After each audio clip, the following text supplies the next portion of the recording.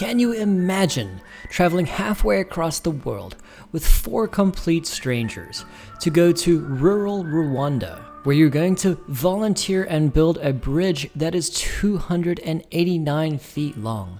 Well, that is exactly what we did this year in July. So let's take a look at what goes into building one of these projects.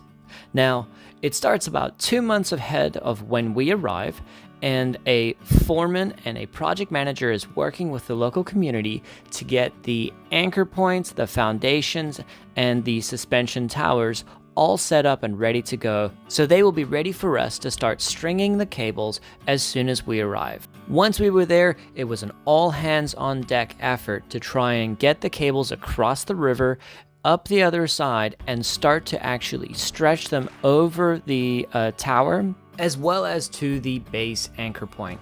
Now, on our particular project, this was actually an issue because they had used a different type of piping as a guide. So it took some creative thinking of one of our team members to come up with a solution to thread through a piece of wire first before pulling the cable through, with all of the team working together to push and pull as hard as they could.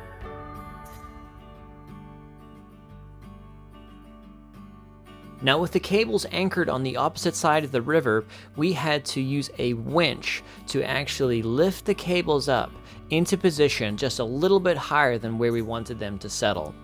We then very slowly loosened up one of the U-bolts and hit it with a log so that it would actually just fractionally lower, and it took some time to actually get it, and a lot of beating to actually get it down to the elevation that we ultimately wanted it to rest at. Following the cables, we had to turn our attention to the crossbeam and suspenders. Now, there is a significant amount of work that goes into this because you have to put your U-bolts around each one of the suspenders, which also have to be bent from straight pieces of rebar in the field. And in addition, we had to go through and make sure that all of the bolt holes on the crossbeams were actually threaded correctly so we wouldn't have any issues while we were on the bridge.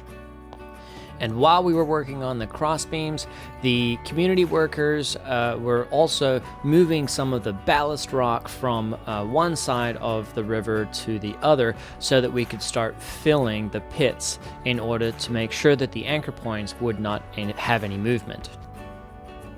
In total, we had roughly 88 crossbeam and suspenders, and we had to take half of them over to the other side of the river so that we could actually start pulling them to set locations along the cables themselves.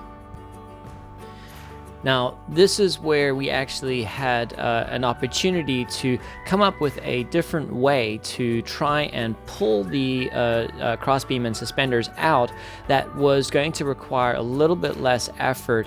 And we did this by just changing some of the configuration of the roping as we were trying to pull the crossbeams out. Believe it or not, this is a little bit of a tricky process because you have to try and estimate exactly how far to pull each bundle of crossbeams out so that when you're assembling the bridge, you have your next crossbeam to get to without having to throw a rope or having to push a lot of the crossbeams out of the way. Next came the part that we were all waiting for. This was putting the panels on the actual bridge in between the crossbeams. But in order to put the panels down, we had to ensure that we had a safety line, which was a 5th cable that we pulled across and secured to one of the other cables. So always wanting to have a focus on safety, we made sure that we had all of our PPE as well as our harnesses and yo-yos, as well as a rescue ladder if we needed it while we were out on the bridge. As you can imagine, it took a pretty significant amount of time to put all the panels and lay them out safely and bolt them down to the crossbeams. We did use some power tools, but we had to be very gentle, and anything that we couldn't get threaded easily, we had to actually thread by hand with a ratchet. Once the panels were down, we had to go back and torque each one of the bolts so that we would make sure that they wouldn't be coming out in the future. And then we also had to troubleshoot any of the bolts that we had an issue with as we were going through the process. Next, we had to go ahead and bring all the fencing out and secure it temporarily, and then go through and put in roughly 3,000 wire ties. So that, as you can imagine, took a pretty decent amount of time. But we were fortunate enough to have our community workers working with us to help us along the way.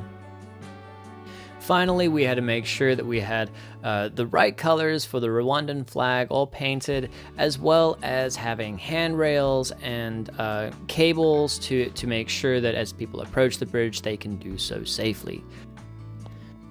By far, one of the most memorable events was the opening ceremony, where we got to celebrate the community members that helped us. We had a local official come and open up the bridge, and then we enjoyed a meal with our community workers to share some time to reflect on all we had accomplished in just 10 days.